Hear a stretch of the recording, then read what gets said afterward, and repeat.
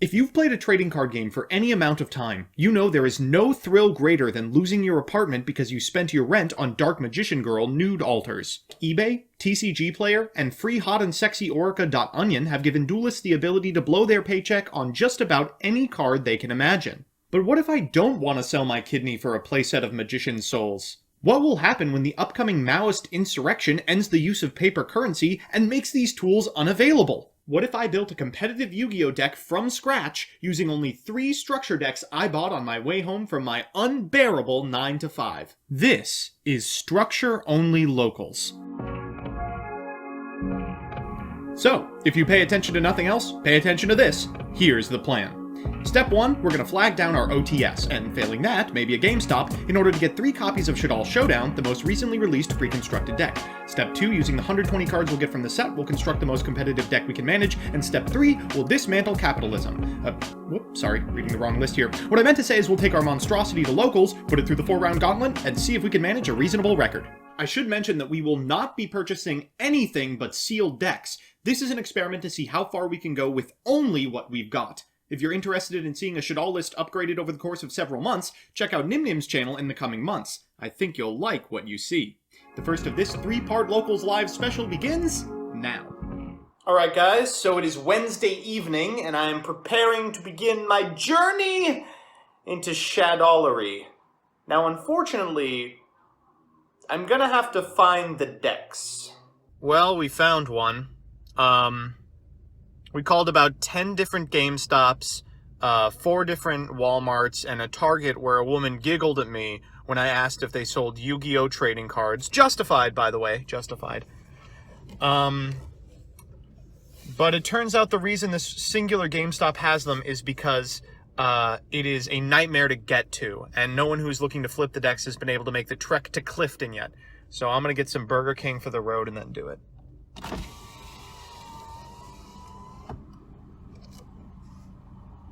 Hello.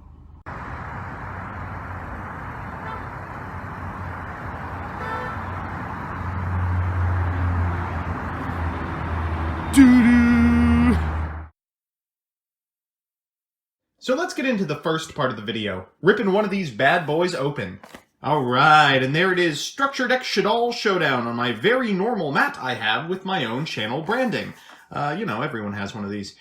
On the back, we've got some lore. Structure Deck Shaddoll Showdown revives one of the all-time greatest strategies in the history of the Yu-Gi-Oh! Trading card game, Burning Abyss. Shaddolls can be summoned by... You don't need to know any of this stuff. As soon as you make window, your opponent's going to scoop anyway.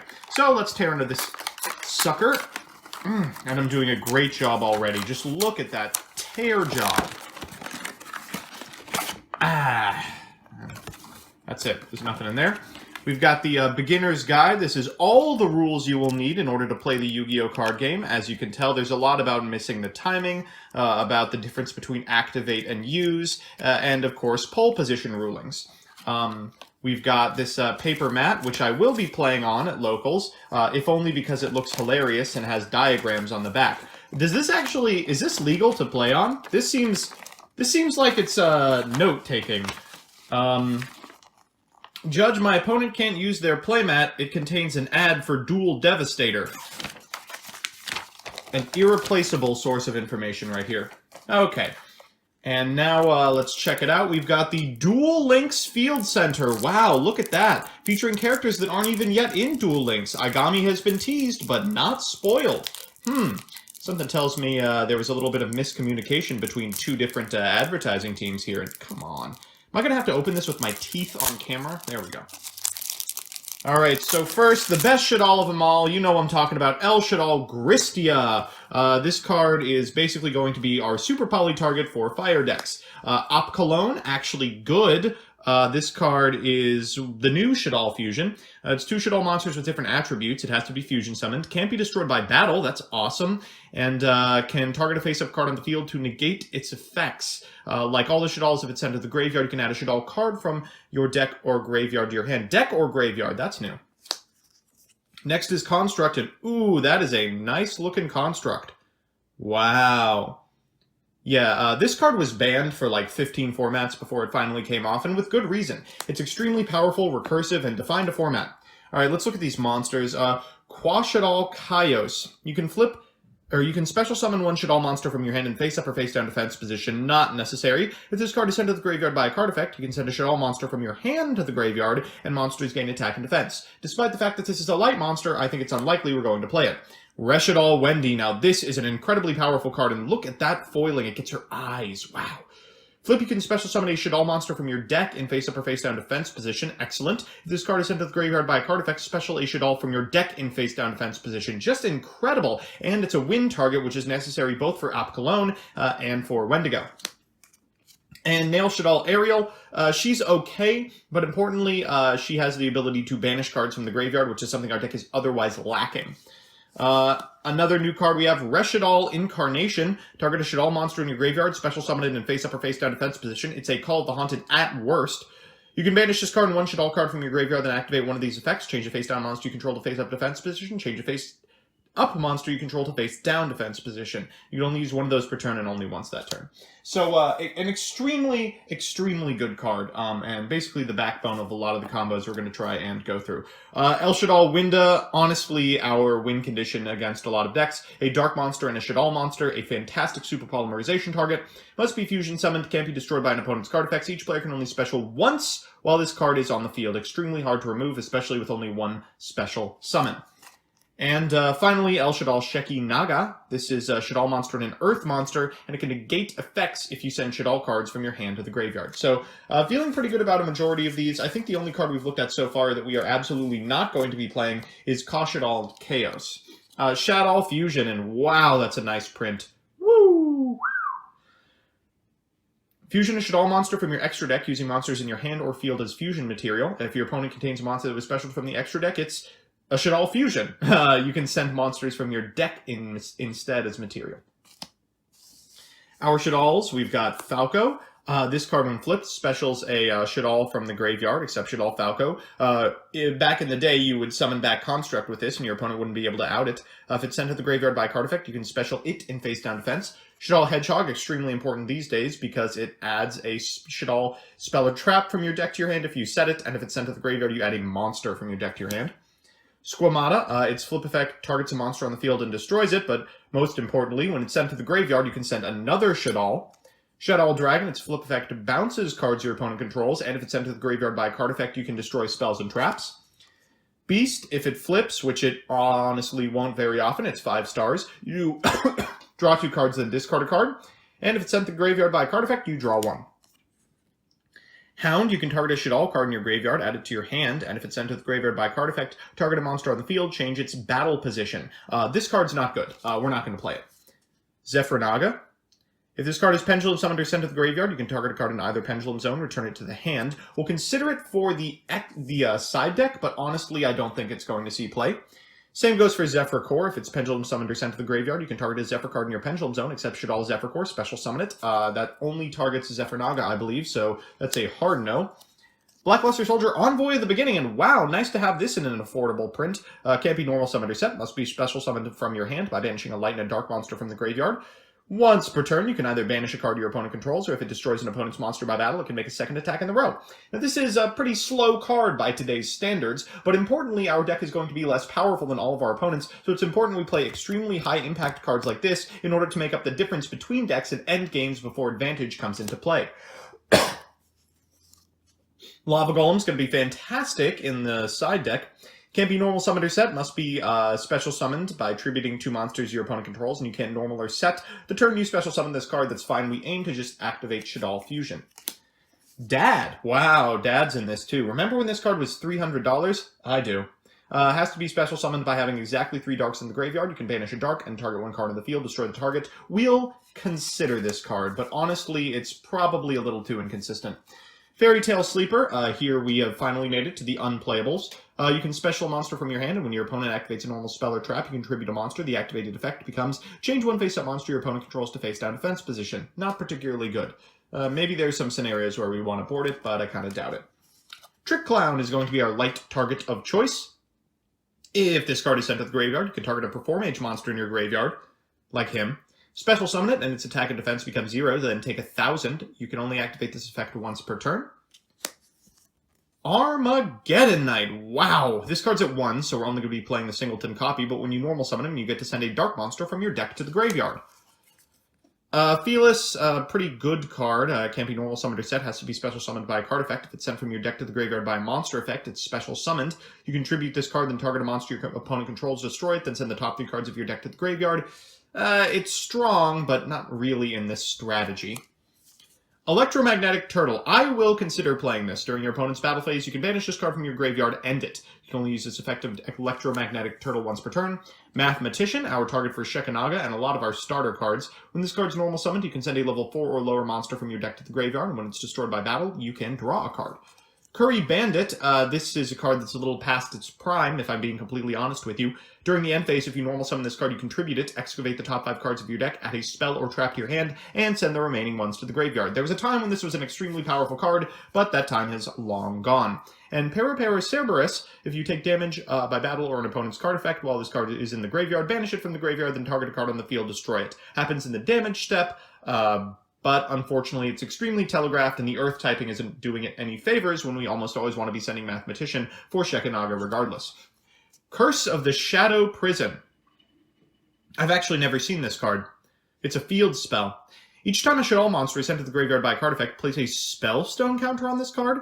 All monsters your opponent controls lose 100 attack for each Spellstone. Each time you fusion a Shaddoll Fusion, you can remove 3 Spellstones to use 1 appropriate face-up monster your opponent controls as a fusion material. That's kind of cool. Also, it's bad. El Shaddoll Fusion, of course, is the quick play fusion spell for Shaddoll. We have to play this. Nef Shaddoll Fusion we might play one of. You can activate this card by declaring an attribute equipped to a Shaddoll, and it becomes that. Then you can fusion a fusion monster using monsters from your hand or field, including the equipped monster. Super Polymerization, and oh my god, it's a common. Ugh, looks terrible. But it still does the same thing, wins the game. Discard a card to fusion summon a fusion monster from your extra deck using monsters from either field as fusion material, and no one can activate cards in response to this activation. Instant Fusion. I want to play this really badly, but I think our only target is Winda, and Winda's only okay. Pay 1,000 life points, special level 5 or higher fusion monster from your extra deck. It cannot attack and is destroyed during the end phase.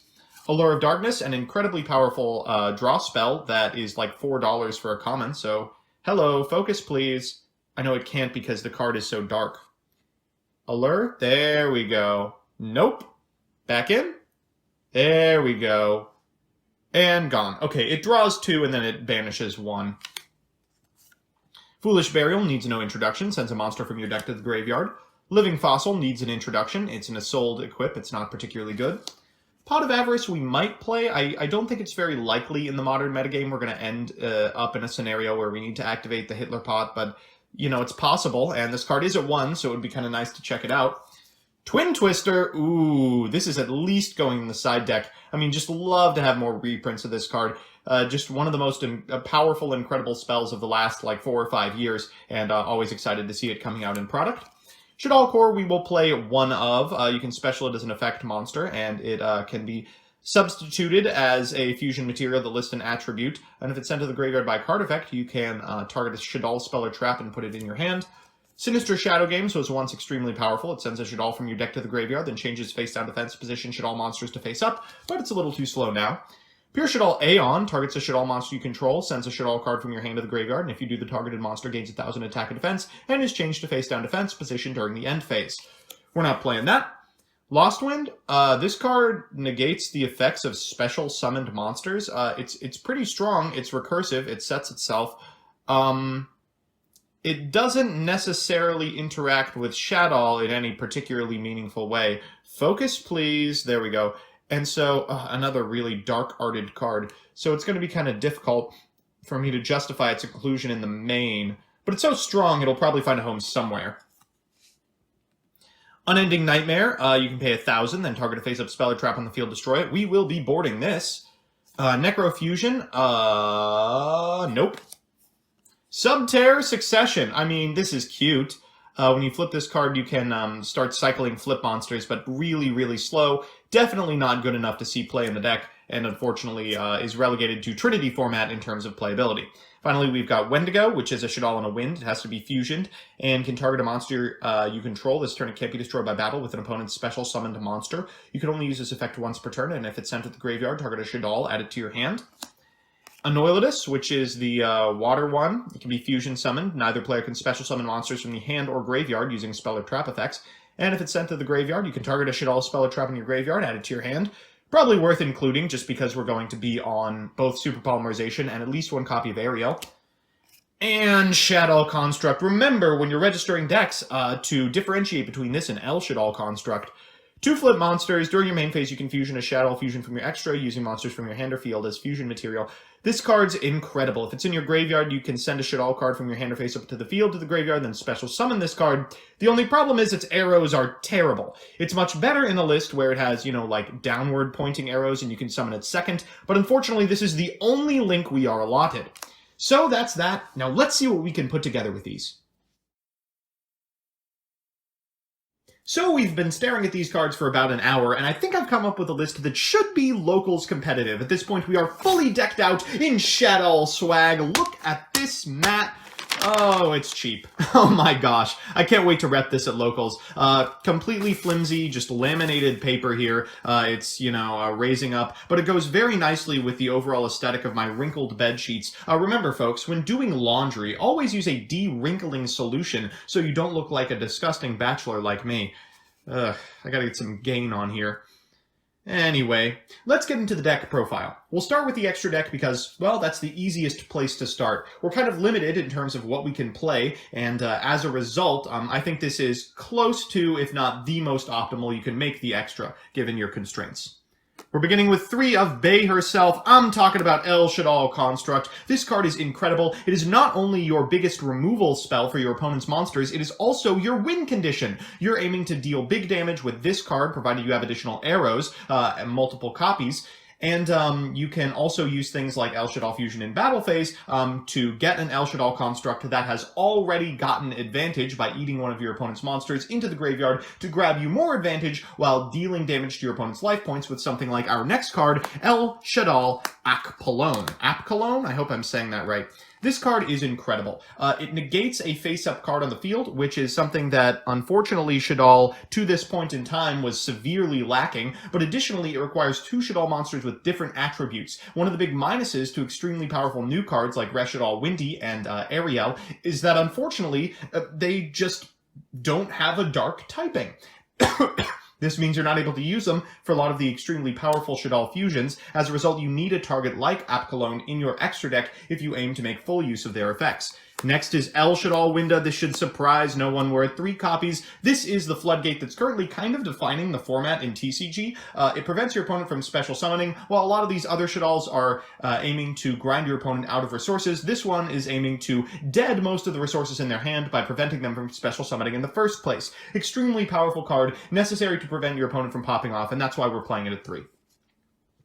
We're playing 1/2 of. It is El Shaddoll Shekinaga. This card is okay. We have some relevant Earth monsters to send to the graveyard, but all in all, you don't get the huge pluses that you would be getting off of sending 2 Shaddoll monsters, for example. Shekinaga, she does negate cards and effects, but usually that's not good enough because you're minusing yourself in the process. Even if you're sending a Shaddoll, you are certainly not going to be able to keep up with your opponent's amount of spells, traps, and effects they aim to activate over the course of the turn, and as a result, she usually just sits in defense position like a dingus.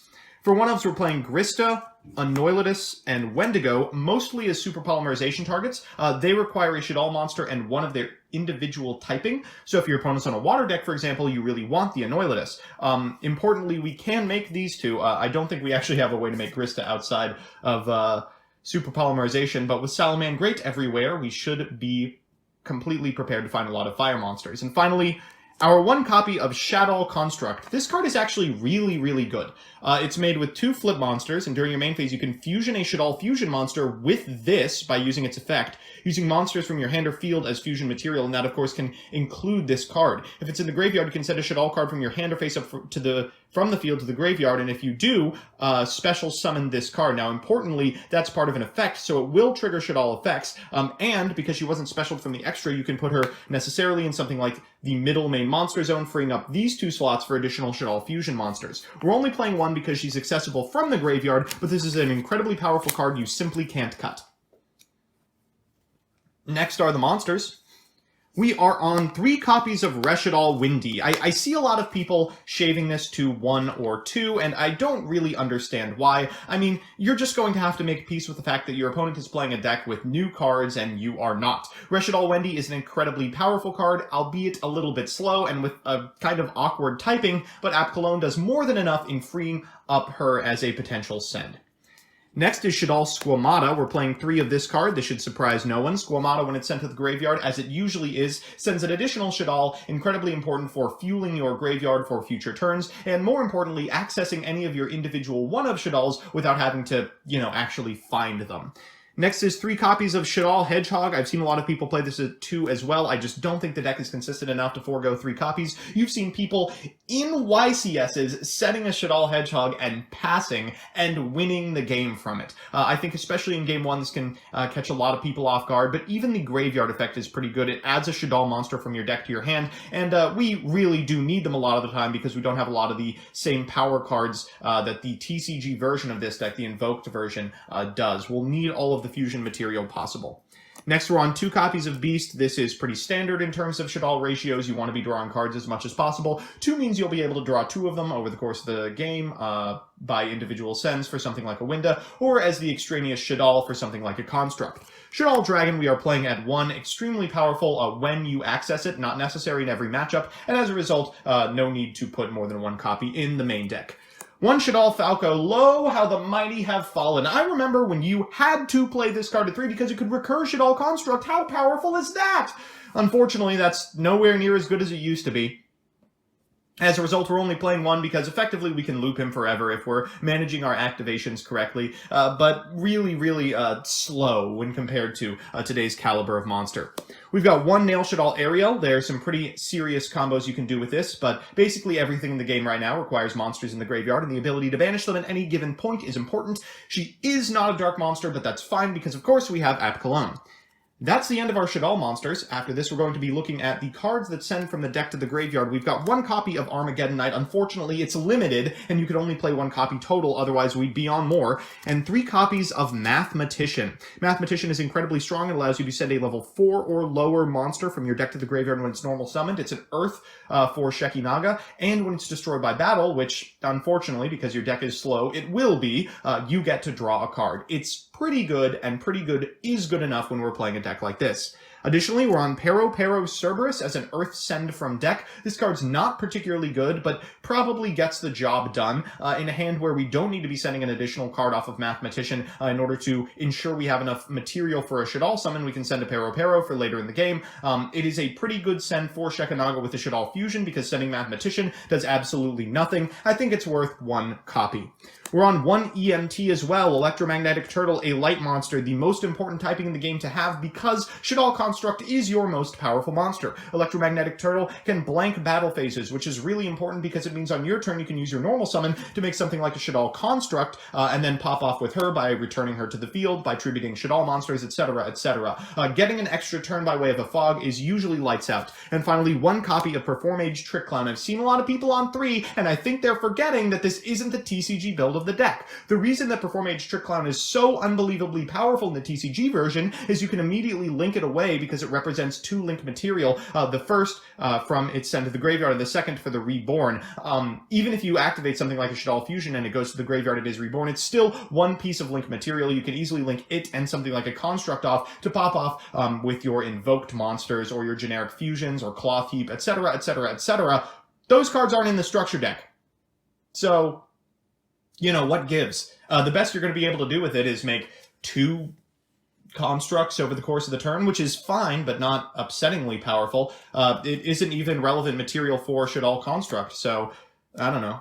And finally, we're on 3 copies of Blackluster Soldier, Envoy of the Beginning.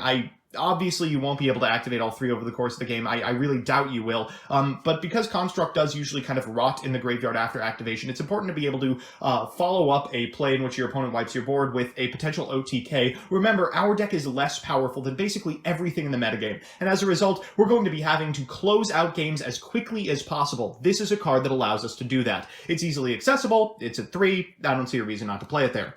And finally, 3 copies of Shaddoll Fusion. Oh, man. Now, this is a spell. Thank goodness this card is in the set. Thank goodness it's at Super. It looks so pretty, and it's going to win us a lot of games. I'm considering blinding second just so we can get the most value out of this possible. Depends what my opponent is on, because in games where I don't aim to make Wind a turn 1, I certainly am going to want to get the maximum potential value out of this card. Next is 3L Shaddoll Fusion. This card, of course, needs no introduction. It is just a fusion spell. Think of it as a polymerization with a quick play attached. That means you can easily push for OTKs, attacking twice with something like Blackluster Soldier, then activating L Shaddoll Fusion, fusing a Shaddoll monster and a Blackluster Soldier into a construct and getting in for an extra 2,800. It's just so massively powerful. And 3 copies of Super Polymerization. We want to be eating our opponent's boards. Understand that because Yu-Gi-Oh! Is the way it is right now, there are going to be a lot of archetypes out for your blood. They're going to build a board turn 1, pass, and say, go, give it your best shot. Super Polymerization is a mechanism by which you can do that. It's a fantastic equalizer. It's great in the TCG. I think it's going to be great here as well. And finally, we've got 3 Allure of Darkness, a Draw Spell, and 1 Foolish Burial. For traps, we're only on 3, 2 copies of Resh Shaddoll Incarnation and 1 Shaddoll Core. Resh Shaddoll Incarnation is weird at 2. I'm not playing this to try and next level anyone. I'm not saying you want to see it in some matchups, but not all of them. I'm saying it because you have a pretty easy way to send it to the graveyard and access the second half of its effect. Its first effect is slow. You don't want to activate usually more than 1 of these over the course of a game. And it's kind of the worst card in your deck. You know, if you are shaving cards, it's the 3rd copy of Resh before any of the other stuff we've looked at so far.